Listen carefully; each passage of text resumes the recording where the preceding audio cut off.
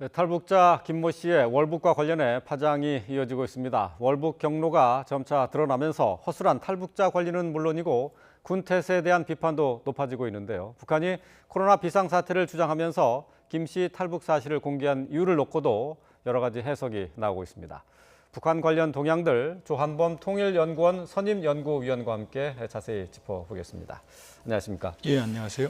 예, 처음 이제 북한 매체의 보도가 지난 일요일에 나왔습니다. 하지만은 20대 이 탈북자가 다시 북한으로 돌아간 게 18일 새벽으로 이렇게 알려져 있거든요.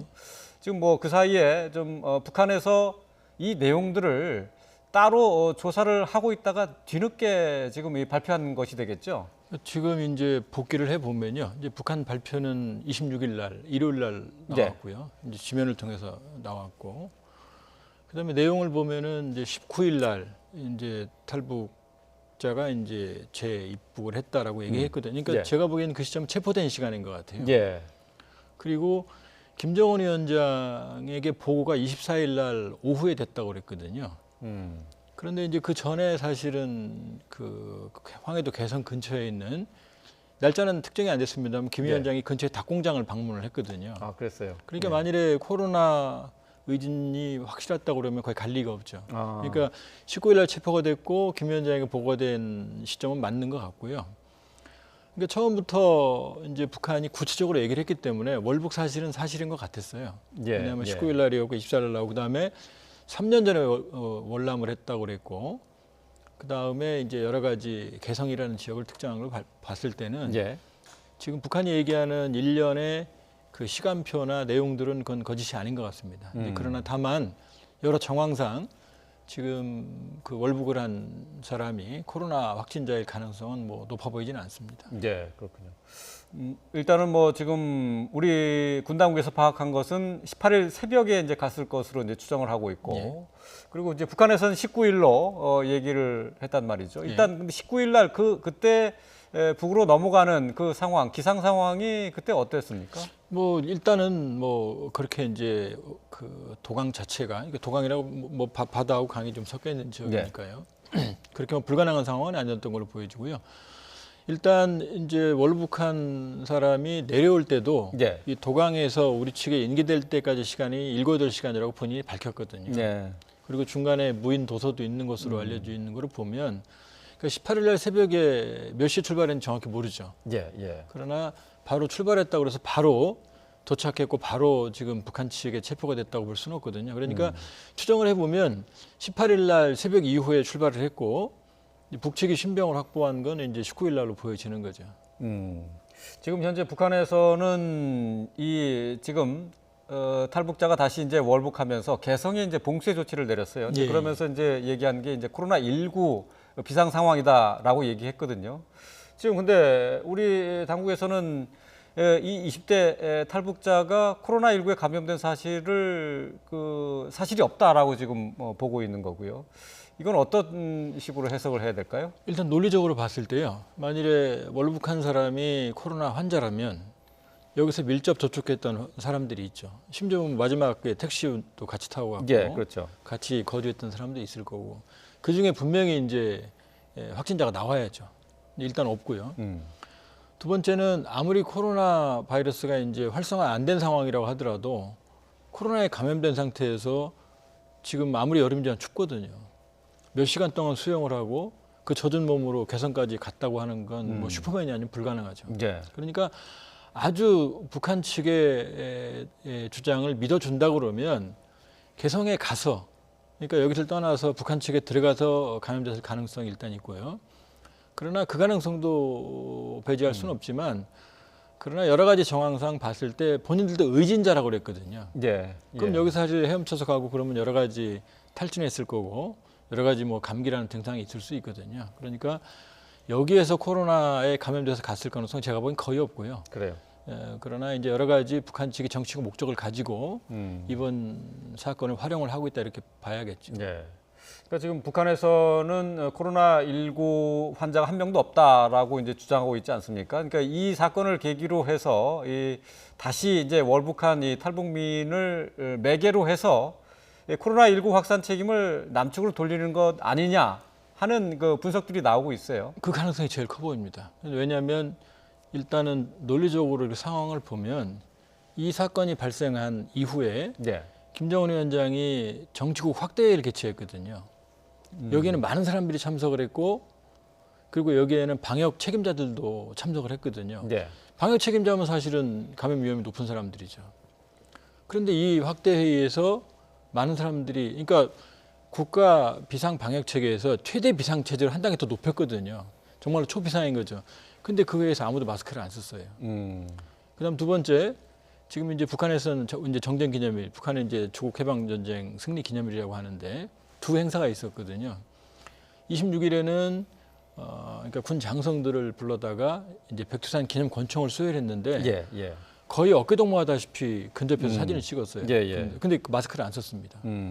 그다음에 더 앞건 이제 오늘 보도된 이제 노병 대회죠. 예, 예. 이게 4.25 문화회관에서 했는데 4.25 문화회관은 수천 명이 들어가는 데거든요. 근데 보면 이 주석단의 김정은 위원장을 포함해 아무도 마스크를 안 썼고 그 환호하는 수백에서 수천 명에 이르는 사람들도 단 한 명도 마스크를 안 썼어요. 아, 그렇군요. 예. 그럼 논리적으로 말이 안 되죠.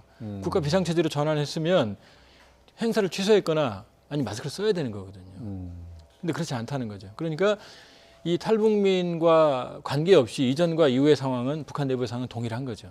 그렇게 보면 지금 첫 번째 이번 탈북민 사건으로 지금 북한이 그동안 추정을 했던 이제 첫 번째는 이제 코로나 환자가 발생했다는 사실을 이제 인정했다는 측면이 하나 있고요. 예, 예. 두 번째는 그 책임을 남쪽으로 돌렸다는 거죠. 이 그 두 가지 의미를 이제 향후에 북한이 어떤 정치적 목적으로 활용할지는 좀 두고 봐야죠. 예. 알겠습니다. 지금 지금 20대 탈북자가 다시 이제 북으로 돌아간 것을 두고 지금 경계 실패 지적이 계속 나오고 있습니다. 지금 국회 국방위원회도 열리고 있습니다만은 과연 어떻게 북한으로 다시 돌아갈 수 있었느냐? 지금 전방에서 허점이 노출됐다 이렇게 일단 봐야 되겠죠. 일단 경계 실패나 그다음에 군경 그다음에 행정 책임을 피할 수는 없겠죠. 그러나 조금 더 이제 우리가 좀 이해하는 입장에서 보면 그 긴 전방의 해안선을 모든 인력을 투입해서 막기는 사실상 불가합니다. 예. 지금 탈북민이 거의 3만 5천 명 시대거든요. 그렇게 보면은 사실은 경계 책임도 있지만 지금 3만 5천 명 시대에 사실은 원한다고 그러면은 중국을 통해서는 아니 이번 사례가 처음이 아니거든요. 이미 이 접경 지역을 통해서 재월북한 사례가 많이 있어요.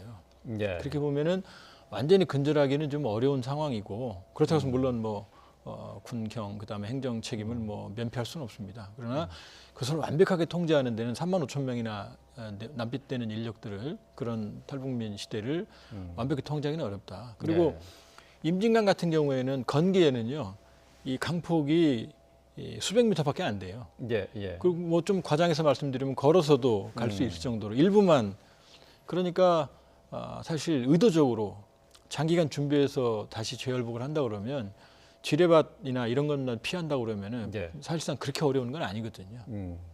그래서 이제 완벽하게 통제하기는 어렵다. 물론 당연한 말씀이기도 한데요. 또 한편으로 보면은 그러면은 지금 다시 북으로 돌아간 이 20대 이 남성 같은 경우는 자기가 내려왔던 대로 다시 이제 갔단 말이죠.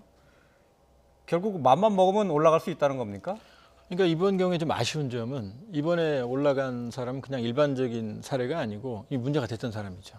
성폭력 사건에 연루가 네. 됐고 여러 가지로 문제가 됐고 그 다음에 물론 이제 그분은 좀 아쉽습니다. 이제 그 사람의 거주지가 김포였거든요. 네. 그럼 김포였으면 내려왔던 루트하고 거의 근접한 지역이거든요. 물론 이제 거기까지 사실은 아파트 배정할 때 따지진 않습니다. 그렇긴 하지만은 어쨌든 좀 더 주시해 볼 수 있는 부분들이 있었고 아쉬운 대목은 여러 군데 사실 나올 수 있죠. 결국은 이게 지금 반복되는 것이 좀 문제가 아닐 수가 없어요. 좀 여러 가지 그동안에 귀순한 사례들을 봐도 지금 경계 실패한 사례가 여러 번 있었었거든요. 지금 화면으로 지금 보여드리고 있습니다만은 작년 6월에 삼척항에 대기 귀순 사건이 있었고요. 또 올해 4월에서 6월 사이에 태안 미륵국 사건도 있었습니다. 또 7월에 지금 이제 이번에 탈북민 해엄 월북이 있는데 말이죠. 결국 완벽하게 통제하기는 어렵다고는 하지만은 이렇게 자꾸 허술하게 전방에 뚫린다면은 이거 국민들이 불안해질 수밖에 없는 거 아니겠어요? 그렇죠. 그 부분은 뭐 군이 책임을 피할 수는 없죠. 그러나 이제 말씀드렸다시피 지금 3만 5천 명 시대라고 하는 건 사실은 새로운 지금 탈북민 출신 국회의원만 둘이거든요. 네. 그렇게 보면은 사실은 이번 건은 뭐 우리 책임도 크죠. 그러나 이제 사실 어느 정도 예견돼 왔다고 봐야 됩니다. 왜냐하면은 이제 우리는 뭐 잘 모르지만 이제 탈북민 커뮤니티나 이런 데 보면 그런 의도를 드러내고 있는 그게 일부입니다만은 여기 정착이 실패해서 다시 돌아가겠다는 예. 어떤 그런 소회를 밝히는 경우도 좀 있었고 일부는 뭐 심지어 뭐 노골적으로 그런 의사를 드러내는 케이스도 제가 전원으로 들은 바 있거든요. 예. 그렇기 때문에 조금 주시해 봤으면 좀 더 주의 깊게 봤으면은 좀 방지할 수 있는 방법도 뭐 불가능한 건 아니었는데 예. 그러나 다 여러 번 말씀드리지만 이제는 사실은 우리 책임도 있지만 여기 와서 정착을 하는 탈북민의 책임이나 권리와 의무도 이제 중요한 시기로 접어들었다를 봐야 되는 거죠. 예. 이 20대 탈북민은 지금 성범죄로 지금 경찰의 조사를 받고 있는 피의자 신분이에요. 예. 근데 다시 이제 북한으로 돌아갔단 말이죠. 북한으로 다시 돌아가는 경우 탈북민의 경우는 또 상당히 큰 처벌을 받지 않습니까? 근데 이제 경우에 따라서는요. 물론 이제 이번의 경우는 이제 이쪽에서 문제가 생겼기 때문에 도망간 거죠, 사실. 네. 처벌을 피해서. 근데 지금 코로나 사태 이전에 북중 어떤 밀모역 형태를 보면은 그냥 실종자로 처리된 경우가 많아요. 아, 그러니까 이제 서로 편한 거죠. 그러니까 보안 당국도 실종자로 처리하고 또 가족도 처리하고 그다음에 일정한 뇌물 정도만 있으면 큰 문제가 안 되는 경우도 많았거든요. 예. 그리고 이제 장기간 중국에 가서 이제 상업 활동을 하다가 돈 벌어서 귀향을 하고 또 가고 이런 경우가 많았거든요. 그러니까 아마 여기가 워낙 절박한 상황이었긴 문제 처벌을 피할 수 없으니까요.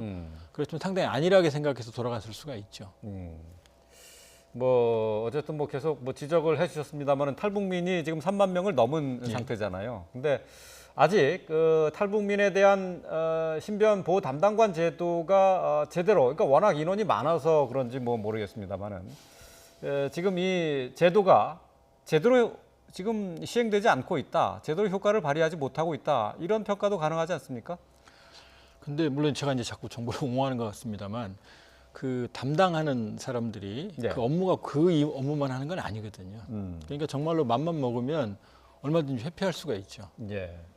지금 저희가 화면을 통해서 보여드리고 있습니다만은 탈북민 신변 보호 담당관 제도가 지금 시행되고 있는데 지금 현재 다시 그 북으로 넘어간 경우 재입국 사례가 지금 저희가 화면을 통해서 지금 보여드리고 있는데 2015년에 3명 있었고 2016년에 4명, 17년에는 4명이 또 있었습니다. 모두 이제 경찰의 신변 보호 중에 재입국한 건데 지금 모두 탈북민이라고 해서 경찰의 신변 보호를 받는 건 아니죠. 이제 일정 기간이 지나면 이제 해제가 되는 거고요. 그러니까 경찰의 신변 보호라는 것도 상시적으로 접촉하는 게 아니고요. 그러니까 정기적으로, 부정기적으로 때로는 그다음에 이제 특별히 문제가 있을 때 면담이나 상담 이 정도거든요. 근데 이제 이번의 경우에는 이번에 월북한 경우에는 사실은 성폭력이면 이제 중범죄거든요. 중범죄이기 때문에 좀 더 면밀한 감시가 좀 필요했을 그런 아쉬움은 좀 남죠. 예, 그렇군요. 좀 이 내용하고는 조금 다른 내용인데 김정은 위원장과 관련한 내용들을 좀 살펴보도록 하겠습니다. 오늘 뭐 노동신문을 통해서도 보도가 된 내용인데 어제가 이제 북한으로서는 전승기념일. 예. 그리고 이제 어제가 이제 휴전협정 조인한 날이잖아요. 예. 노병 대회가 어제 열렸다고요? 예. 근데 이제 지금 뭐 화면 배경 사진에도 있습니다만 보면은 모두 마스크를 안 썼어요. 예. 아까도 말씀드렸지만. 예. 그러니까 지금 사실은 저 행사를 치를 만한 시기가 아니거든요. 있어도 지금 연기를 해야 되는데 2년 만에 지금 치르는 행사고 또 그 전에는 또 이제 백수산 기념 권총이라는 것까지 수여를 했거든요. 그렇게 보면 최근의 흐름을 보면 김 위원장이 이제 집권 초기에는 소위 견장 정치라고 그래서 군을 가혹하게 숙청하거나 아니면 모욕을 주는 혹은 뭐 유혈 숙청도 마다하지 않는 그런 경향을 보였거든요. 예. 근데 최근에 하노이 북미 비핵화 협상 실패 이후 결렬 이후를 보면 이 군을 뭐라 그럴까 좀 소홀하지 않는 약간 우대하는 경향을 좀 보여요. 왜냐하면 체제 동요나 결속이나 이런 것에서 군의 역할을 무시할 수는 없거든요. 그러니까 최근의 흐름을 보면 이 전략무기, 핵무기 개발을 담당했던 리병철 당 중앙건설 부위원장, 그다음에 이쪽 포병전력, 그러니까 지금 단거리 발사하는 모든 게 다 이제 박정천 총참모장이 이 포병전력 전문가거든요. 이 두 사람을 전면에 내세우는 경향이 좀 있거든요. 그렇기 때문에 이런 와중에도 굳이 경제난이나 코로나에도 불구하고 대규모의 노병대를 개최했다는 얘기는 결국 이제 군 쪽에 군심을 좀 우선하는, 군심을 잡는 어떤 그런 행보 일환이라고 볼 수 있죠. 지금 저 화면을 통해서 김정은 위원장이 노병 대회에서 한 연설 내용들을 지금 잠시 전에 보여드렸는데요. 이 내용도 주목이 됩니다. 자위적인 핵 억제력으로 이제 앞으로 이 땅에서 이제 전쟁이 더 이상 없을 것이다. 이렇게 선언을 했고요. 이 핵 억제력을 바탕으로 해서 국가의 안전과 미래가 영원히 담보될 것이다. 라고 얘기를 했습니다. 결국 뭐 김정은 위원장이 핵 보유 사실을 기정화하면서 핵 보유를 정당화하고 있다. 이렇게 평가를 해야 되겠죠? 그러니까 제가 보기에는 이제 대외 메시지입니다. 왜냐하면 똑같은 연설인데 외부에서 볼 수 있는 조선중앙통신에는 저 핵 억제력이 나왔어요. 근데 내부에서 볼 수 있는 오늘 아침 노동신문에는 저 얘기가 빠져 있습니다. 아, 노동신문에는 저 얘기 없어요? 핵 억제력 얘기가 없어요. 그렇게 보면 이제 외부에 발산한 메시지죠. 근데 김여정 제1부부장이 7월 10일 날 낸 담화에서 우리를 건드리지 않으면은 별일 없을 거다 그랬거든요. 그러니까 저 언급도 사실은 공격적인 얘기가 아니거든요. 자위적이다. 그다음에 핵 억제력이다 이렇게 말을 했거든요. 그러니까 물론 이제 경우에 따라서는 비핵화 의지가 없다 이렇게 볼 수 있겠지만, 그러나 지금 통상적인, 그러니까 비핵화 협상이 타결이 안 된 상태에서 통상적인 언급이다. 그러니까 공격적인 언급이라고 보기는 어려워요. 그러니까 지금 7월에 사실은 7월 4일에 최선희 부상의 대미 메시지, 7월 7일 날 스티븐 비건 대표가 왔을 때, 서울에 왔을 때 권정은 미국 담당국장이 했던 대미 담화, 그다음에 7월 10일 날 김여정 부부장이 대미 담화, 이걸 종합을 해보면 사실은 비핵화 협상을 기다리고 있다는 어떤 그런 해석이 가능하거든요. 그렇기 때문에 지금 특별하게 트럼프 대통령의 사업에 좋은 일이 있길 바란다고 인사까지 한 판에 핵실험을 하거나 ICBM 발사를 하거나 그런 어떤 의도를 보인 건 아니라고 보여져요. 좀 전에도 뭐 말씀하셨습니다마는 이제 군부의 핵심 인사들에게 권총을 직접 수여하는 수여식도 했고요. 또 참전 열사릉에도 이렇게 참배를 하는 그런 모습도 보이고 있어요. 김정은 위원장이 군사적인 행보를 좀 강화하는 이유가 어디에 있다고 봐야 될까요? 역시 이제 결과적으로 지금 대미 압박을 할 수 있는 수단은 군사력밖에 없는 거고요. 근데 그것도 제한이 있죠. 재래식 전력은 뭐 한미 연합 전력이 현저하게 딸리고, 또 핵 전력을 활용하기에는 뭐 너무 부담이 크고. 그렇기 때문에 이제 군사 행보는 강화하지만, 그러니까 임계점을 넘지는 않는 상황에서 대남 대미 행보를 보이고 있는 거고요. 그러니까 지금 6월 대남 공세, 7월 대미 메시지를 발산한 다음에 지금 좀 기다리는 상황이라고 보여집니다. 그러니까 한국 측 정부의 태도, 그다음에 미국 정부의 태도. 그러니까 이번에 코로나 같은 경우, 아까 이제 모두에 우리가 논의했던 부분 같은 경우는 결국 자기들은 잘하고 있는데 남쪽에서 바이러스가 들어온 거거든요. 그리고 이미 요건 좀 감지가 됐던 게 대북 전단에 코로나가 묻어 있으니까 그걸 만지면 안 된다는 선전을 올 상반기에 계속했거든요. 그 얘기는 결국 책임이 남쪽에 있는 거죠. 그러니까 방역이나 아니면 대규모의 어떤 그 예방, 방역, 치료 여기에 필요한 어떤 자금이나 물자나 이런 것들을 사실 받을 수도 있는 상황이 된 거죠. 첫 번째. 그다음에 두 번째는 지금 미국 대선 이전에 김정은 위원장도 북미 비핵화 협상을 하는 게 편하거든요. 왜냐하면 트럼프 대통령이 재선이 되면은 유지가 되는 거고, 민주당은 공화당과 다르게 공화당이 합의를 집권한 다음에 깨지는 않거든요. 이렇게 보면 지금 적정 수준의 군사 행보를 하고 있지만 이것이 파국으로 가는 행보는 아니라고 볼 수 있어요. 알겠습니다. 자, 20대 탈북자의 월복 내용, 그리고 김정은 위원장의 핵 억지력 발언과 관련해서 함께 짚어봤습니다. 조한범 통일연구원 선임 연구위원이었습니다. 말씀 잘 들었습니다.